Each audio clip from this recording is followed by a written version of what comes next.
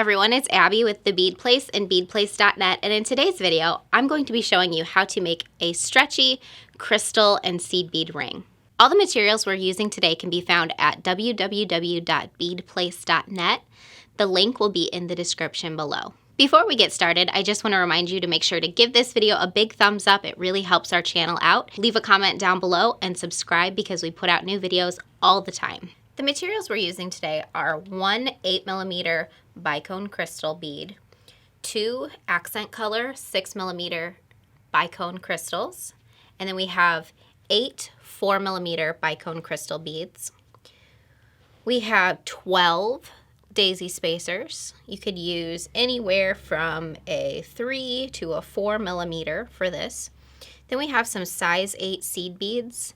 These are Silverline Clear size 8 rocailles, and they're what's going to go around the back of our ring.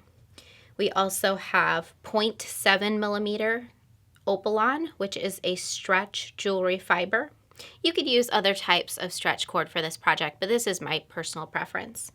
We have 2 Big Eye beading needles, a mini bead stopper, and a cutter. Start by cutting 2 1-foot lengths of Opalon. Set one of those lengths aside. We'll use that later. We're going to be starting just with one side of the ring for now. So take your Big Eye needle. These needles are great because they actually open up so far so they can accommodate any size stringing material. So we're going to thread our needle about an inch down the one side of our Opalon cord. We're going to do the same thing to the other side of that same Opalon. So we're working with one piece of the Opalon and we're threading the needle about an inch down. So we have a needle on both sides of the same piece of Opalon. So now what we're going to do is thread our needle through the first bead, which is our 8mm bicone. That's our biggest clear bead. And we're going to string that to the very center of our work. Now what we're going to do is string a daisy spacer on both sides. So string a daisy spacer on both needles. And you can bring that down to your work. Next, we'll string a 4mm bicone on both sides. So put one on one side and one on the other side of the needle. And you can also thread those down to your work. So far, we should have a bicone, a daisy, a big bicone, a daisy, and a bicone. So next, what we're going to do is string a daisy spacer on one side and a daisy spacer on the other side and bring that down to your work. So the daisies pretty much separate all of our crystal beads. Next, this is where it gets a little tricky. We're going to set one of our accent beads off to the side for later, and we're going to string the other one on one needle, bring it slightly past the needle and off of the tail end. So it's just on one thread of Opalon. We're going to take the other needle through it in the opposite direction. So carefully thread your needle through to make sure you're not stabbing through the Opalon. What helps me sometimes is to give the Opalon that's already through the bead a little bit of a stretch, and then I'm able to pass the needle through it very carefully without piercing the thread. So then you can pull that needle through. And here is where we want to make sure our work is centered. So how I do that is I hold both of the needles together at the same spot in my hand, and then I just slide my work down to meet what I've already strung on. So let's take a closer look.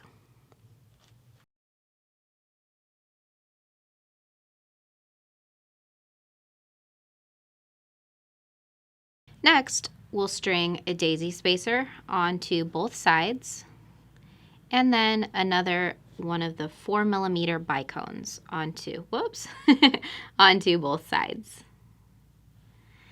And so this completes the crystal beadwork for the one side. I'll let you take a closer look. And then what we're going to do is start to string the ring band. So we're not going to be using crystals around the back of the ring. We're actually just going to be using the size 8 seed beads because they're a lot more comfortable than the bicone crystals. The crystals are incredibly sparkly and beautiful. However, they can be pointy. So what we're going to do now is hold our needles together as one. So if this is easy for you to do, that's great. If it's not, you can do this separately. But what I like to do is, just to save time, hold them together as one. So I'll string one of my seed beads on, and I like to kind of set the tension here and make sure that my work is completely centered. This just allows me to make sure that all of my beads are sitting right and make sure that my tail ends are even. So I just kind of adjust the work, and this is what it should look like. So our two end 4mm bicones should come together and point towards that little seed bead that we just added on. So I'm going to string about 7 more of these seed beads onto the one side, and then I'll put one of the mini bead stoppers onto the end of it.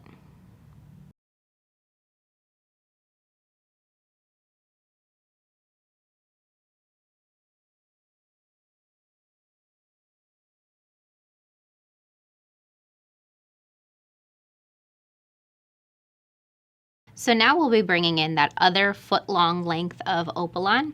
We're going to thread that the same way that we did the other side. So we're going to open up those same big eye needles that we took off of the other side, thread it about 1 inch down the Opalon so that we're leaving a tiny tail end, and do the same thing on the other side.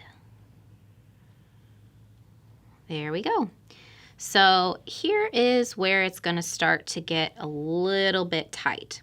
So what we're going to do is stretch out this 8mm bicone that we started everything with. So kind of pull that separate.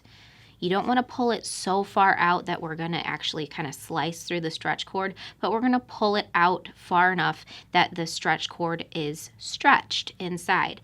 Therefore, it leaves us room to take this other needle through it. And again, make sure you're not piercing the Opalon when you go through with the needle. So stretching it kind of makes it smaller and gets it all the way over to one side. So we're going to take our needle, just one needle, through the side of the crystal so that we can not pierce the Opalon, and we're going to center it in our new piece of Opalon.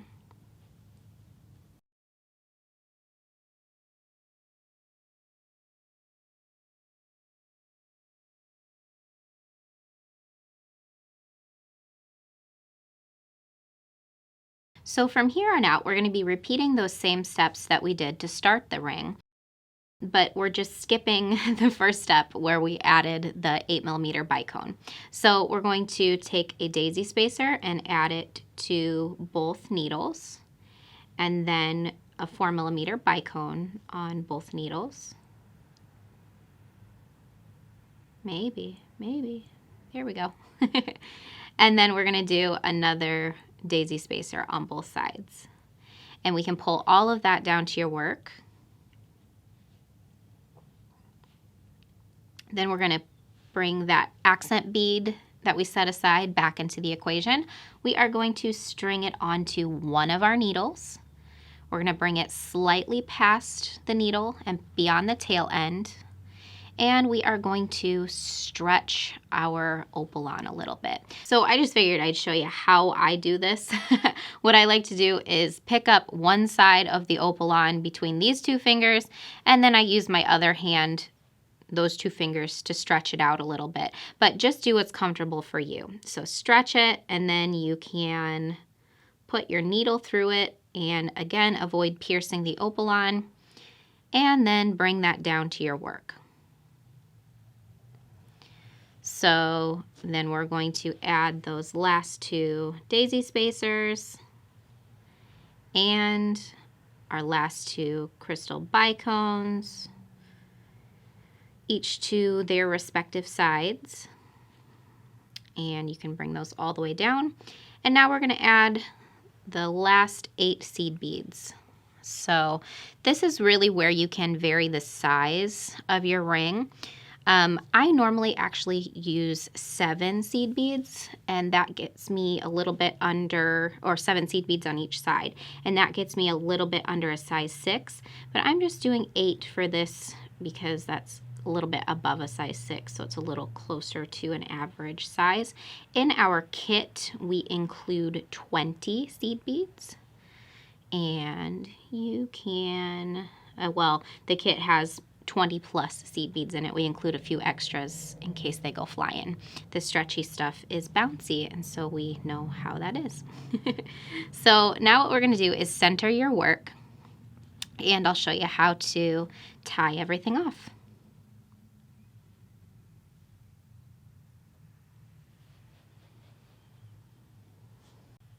So we're going to be taking the bead stopper off of our work, and what I like to do at this point is make sure everything is nice and even and consistent. So I give it a little bit of a stretch, push the beads together, and just kind of run my fingers over it just to make sure everything is even. So now what we're going to be doing is taking all 4 of the ends coming out of our work, and we're going to be tying them together into a square knot. So this can get a little bit tricky because we're working with such tiny pieces, but that's why we use a whole foot of this stretch cord on each side so that we have enough extra to really grab hold of it. So we're going to start with a square knot. So make sure your pieces are crossed over into an X. The piece that I have closest to me is going to come over the other side, in front of it, and then through the loop that we've made, so through the band of our ring. So now we have like kind of how you'd start to tie your shoe. We're going to tighten that just so that it's a little bit smaller, and now we're going to repeat that. So we did right over left, and now we're going to do left over right. So we're going to bring that around, and we're holding these 2 strings together as one still, just like we did when we brought them through our seed beads. So pull everything nice and tight and wait until you feel that knot start to stretch. You'll kind of feel it almost bounce across the opalon. And so once you kind of feel that knot tighten from it stretching, you know you've got a secure knot. So put a drop of glue on this knot, a very small drop of glue, super, super small, just the smallest amount of glue you can possibly put on it, and make sure you're applying it to the crossover of the knot. Once you've glued your knot and allowed it to dry, what we're going to do is trim the ends. So I'm going to apply my glue, and then I'll come back to show you how I trim it. So I have just allowed my glue to dry, and I'm going to come in and trim my tail ends. Now with stretchy bracelets or bead weaving projects where you have tail ends, a lot of times what you can do is thread your needle back on it and then weave it back through the beads. However, remember, we've already got 2 strands coming through these beads, and we already have 2 strands that would need to go somewhere on each side. So what we're going to do is just trim them off. So I have a flush cutter here. This is a knot cutter. I like to use it for knot cutting, so for pearl knotting, and then for projects like this. Ooh, let me face it toward you so you can see what I'm doing. That would help, wouldn't it, Alex? He's shaking his head yes. So what I'm going to do is give my opalon a little bit of a stretch. I'm going to make sure that my path for trimming is clear just by making sure that I don't see any of the knot pulling up into the space between my blades. And then I'm just going to cut. And I'm going to flip it around and do the other side. So I'll give it a little bit of a stretch and cut. Now, if you pulled your knot tight enough and tiny enough, you can kind of push the knot into one of the beads. You'll kind of see it still. You can see how I've pushed the ends into the beads, but it's on the back of your hand, so it's no big deal. And because the opalon is white and your beads are clear, no one would be the wiser. Just a reminder, you can find a kit for these rings at www.beadplace.net. Have fun with these, get creative. There's lots of variations that you can make. And if you want to check out how to make this cool little heart ring, check out our last video, our Valentine's Day project ideas. Thank you so much, everyone, for watching our video. If you enjoyed it, please remember to give it a big thumbs up. It really helps our channel out. It really goes a long way. If you want to leave a comment down below, that also really helps us out. If you have any questions or just want to say, hey, I try to answer as many comments as I possibly can. Share this video with your friends if you have friends that like to make jewelry or are interested in it. I'd love it if you could share this video with them. And please subscribe if you haven't already, because we put out new content all the time. Also, I want to give a quick shout out to Brandy McLysott, and I'm sorry if I butchered your name. Brandy is one of our Patreon members. So Brandy is the winner of our most recent kit giveaway. So we do quarterly giveaways over on our Patreon page. And Patreon is just another way to support our channel. So we stop. So there's sneak peeks and perks and just a lot of fun stuff. There's also a private Facebook page that our Patreon patrons can have access to. So again, thank you so much for watching this video.